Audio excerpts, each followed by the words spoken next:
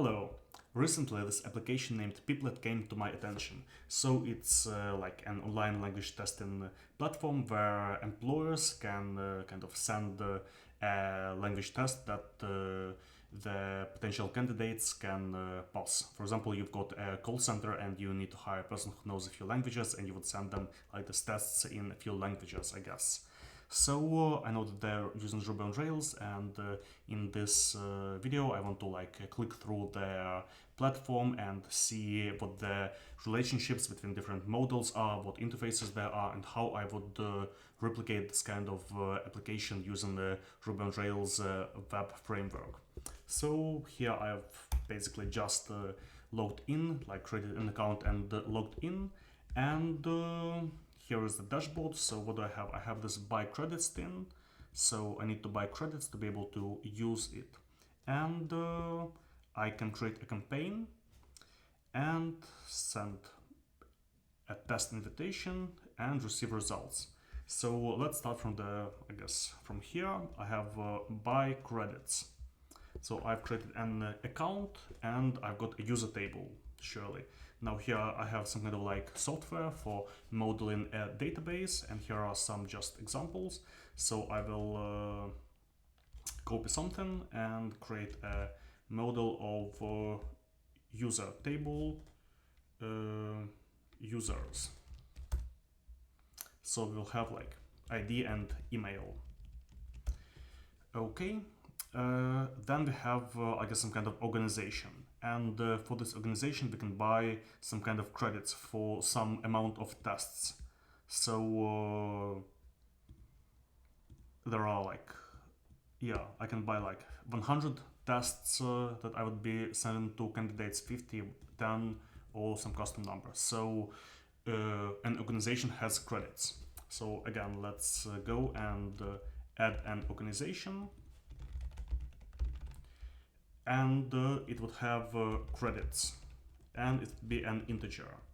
So we've got I'll just remove some stuff that we don't need.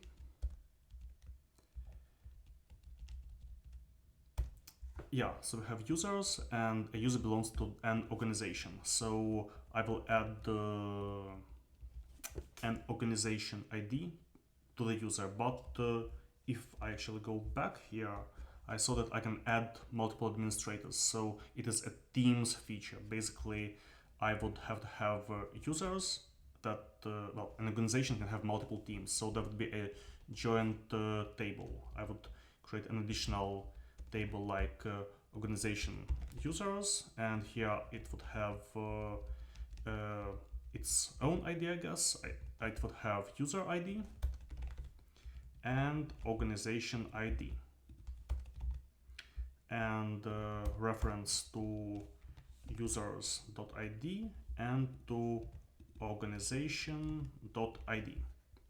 So here is the kind of accounts modeling: users, organization users, and organization. Okay, so one organization can have multiple users. Okay, now going back. So we buy credits for an organization. So an organization will have some kind of balance of credits, and one credit is one test evaluation, so one person that will be tested. So yeah, we have credits, and it will be an integer, like 10 credits or 100 credits. And so for now I'll not be actually buying any credits. I don't need it. I'll go back and try to create a new campaign. So what is a campaign? A campaign is like a list of people that I want to test. So there are a couple of options. I'll add a name like campaign 1. And you see there are different subjects that can be assessed. So different languages. Let's try now Ukrainian. And let's map this out. So there are campaigns. An organization has campaigns, and campaign has a name and a language, or actually a subject. Let's try adding this table. So we have campaign. It has a name that is a string, then this doesn't matter much, I guess. It's like the type of test, but most importantly, it has a subject or a language. So it is another database model that will be subject, and the subject belongs to campaign, and campaign belongs to organization. So campaign has organization ID. Yeah, I'll just copy this. And subject has campaign ID. Oh no, actually campaign has subject ID. Let's so a campaign belongs to a subject and to an organization, and we have subject that has a name that is a string. Okay, so organizations create multiple campaigns, and a campaign belongs to a subject. So let's go back. We've got a campaign that we create within an organization, and we select a subject. Let's select again Ukrainian and click confirm. Okay, now I can invite multiple people to take this test. So it is like test takers. I would need to have a test taker that belong, like multiple test takers that belong to a campaign, and it is basically a list of people that receive an invite to pass the test, and for each of them 1 credit would be deducted from the model of their organization. So campaign has belongs to subject and has many test takers. Let's add an additional table. Let's say test taker, and a test taker has most importantly let's say email, the one that we are going to send it to, and it belongs, yeah, subject has many test takers, so test taker belongs to subject, to campaign. Yeah, so test taker has campaign ID. Let's see how it looks. So campaign has multiple test takers. Okay, and a subject. And let's see. So let's say I will add an email like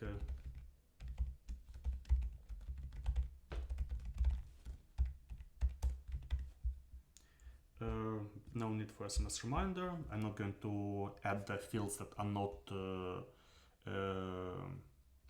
really important.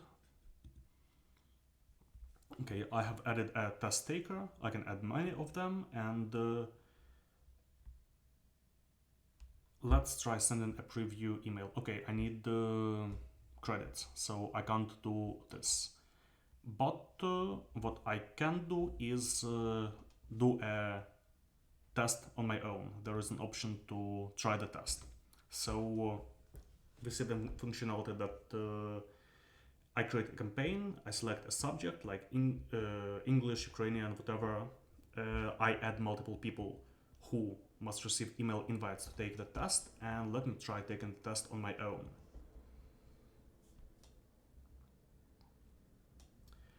Okay, so let me try taking a test. And yeah, some instructions. So this is actually really handy, like looks really professional and helps the person who is actually taking the test and whose possibly career depends on it prepare. Okay, I need to authorize my microphone. I'm checking the sound. Yeah, works. Yeah, it checked the sound. I'm checking the sound. Okay, so a tutorial of taking the test. I think we're not going to replicate this either because it is not like core functionality, but you see in the preparation there are all these like onboardings. Okay, let's click start the test. We're not gonna copy that part of the functionality because it's not like core. Okay, so there is a reading and pronunciation exercise. Okay, that's really nice. So I should just read this and switch my microphone on and reproduce. Let me try doing it. Like, project manager, Fremont, California. Minimum 20 seconds. Yeah, that's also nice. Okay, let me just wait a bit. But yeah, it's really handy that there's a minimum recording time. I think if I stop recording now, it must give a failure or something. Anyway, here are 20 seconds, so let me stop. Okay, so I've got questions. These are the questions, and here are my answers to these questions. So going back to our modeling, a subject has multiple questions. So let's create another table that will be a question. A question would have, yeah, I think it would be a really big model in real life. So like it would have a type. For example, this is a reading and pronunciation exercise. So I would say like type, and this could be like reading or something else. Yeah, so the question has a type, it has an instruction text, it has a body. So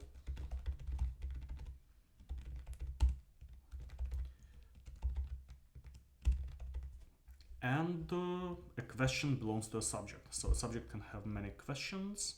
Let's add the subject ID to the question. Okay, like this. And a test taker can have multiple, well, one answer for one question. So a test taker can have many questions. This would be answers, I guess. So a test taker records answers. Here I record an answer. So we've got questions, and we'll create another table named answer that will reference the user. So user ID references. Yeah, like, I don't know, I might need to also add ID or something. Then in this case it is like an audio file, so yeah, click submit, the time is nearly over. Yeah, an audio file, so it would be most likely, if using a Ruby on Rails application, an active storage attachment for like audio. It is not kept directly on the answer model. Yeah, it broke my layout. So a user has an answer. No, actually a test taker, not a user. So let's make it test taker ID.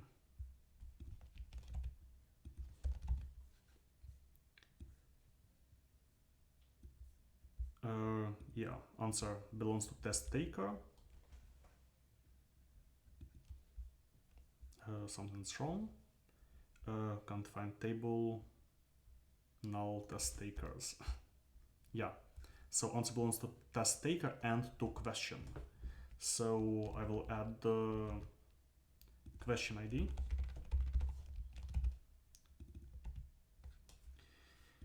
Okay, so a subject has many questions, and I think there might be like some kind of hidden secret interface where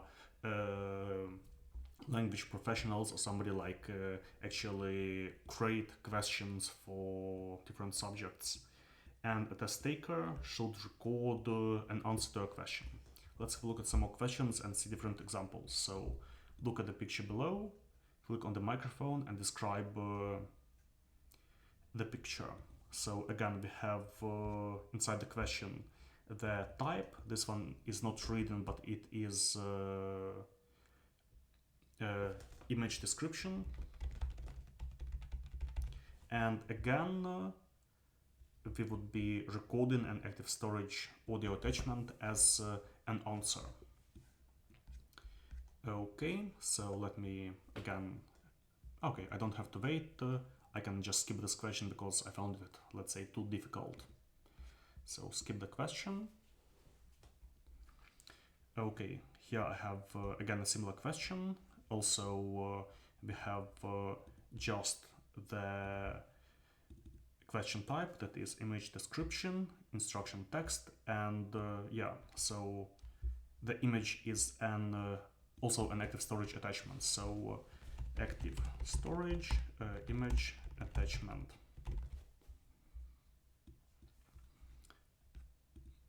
Okay, let me skip this question. And here it's already more interesting. We have an image and an audio. And I need to record a response. So again, the answer model is going to have just a reference to an active storage audio attachment.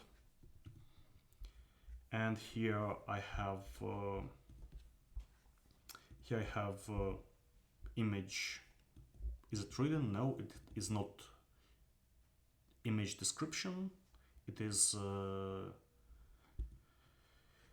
something else. I would name this type of question somewhat differently, like dialogue answer. And here I would have again like an active storage, not image, but audio attachment. Okay, let's keep going. So skipping the question. Okay, this is also interesting. So like describe an image with text and there is a minimal number of characters. So we would also need to store this. Like we would have image description in audio and image description in text as two different types of questions. And inside the answer, we would need to also have a text field, like body that is text.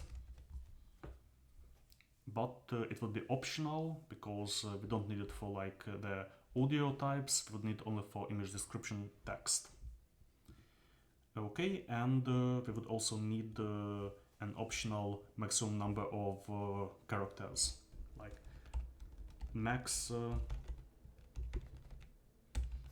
characters that is an integer, and it would also be optional only for the type of question that is image description text. Okay, let's skip this question.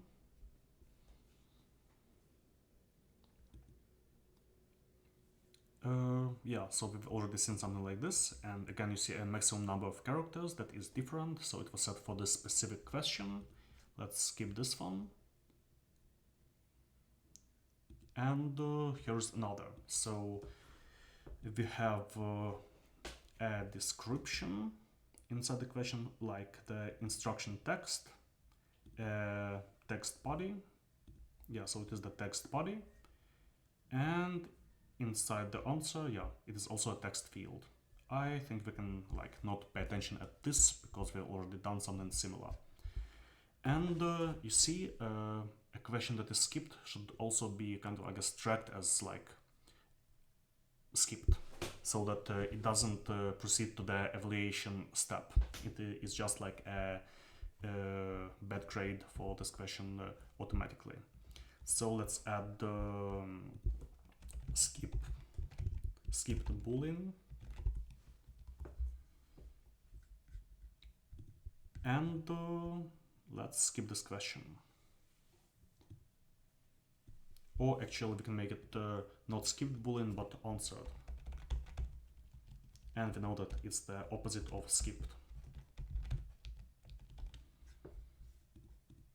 Okay, and thank you for trying Pipplet, and that's fine. So yeah, I have tried doing this test, and something I really liked about this test is that it is like open-ended questions where you have to like actually go out of your comfort zone and talk to a computer or something, or like write an open-ended answer.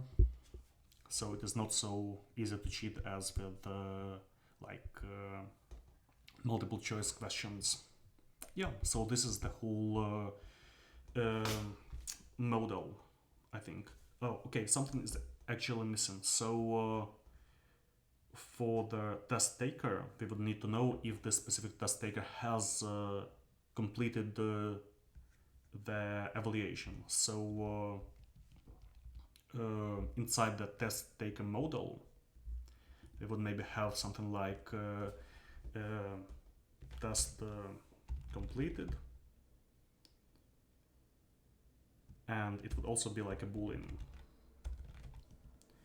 Or actually, no, like there are a few stages. So a test that hasn't been started yet, a test that has been completed but hasn't been evaluated by some kind of evaluator like examiner, and a test that has been evaluated, so status.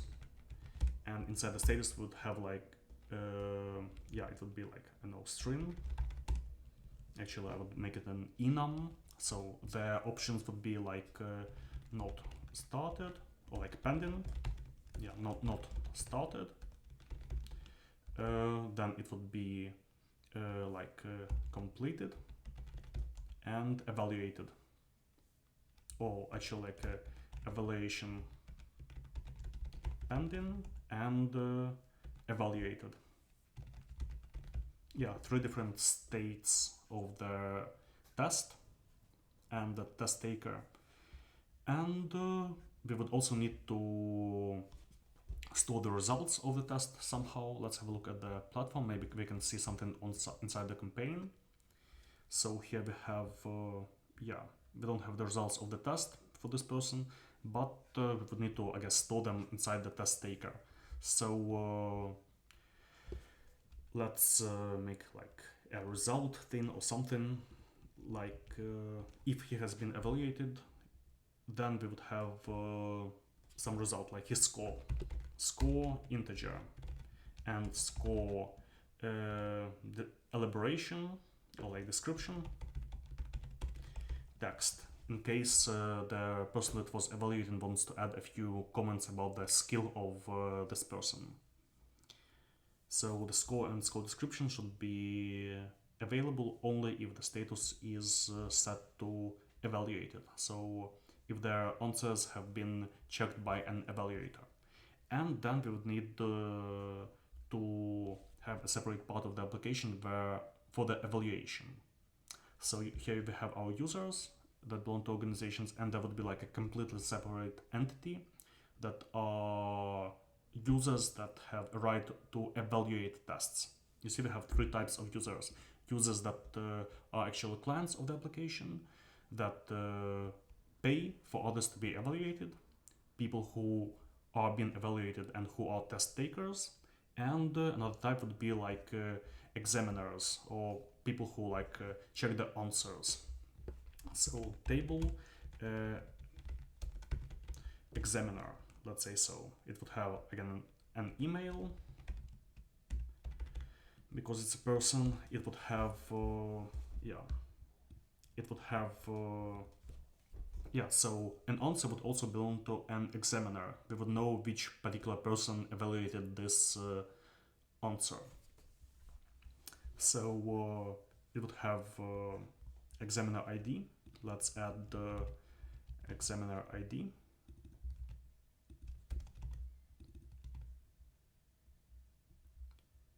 Yeah, I need to add ID to examiner. Okay, so this way we know who evaluated this specific answer, and would need to know the evaluation for this specific question.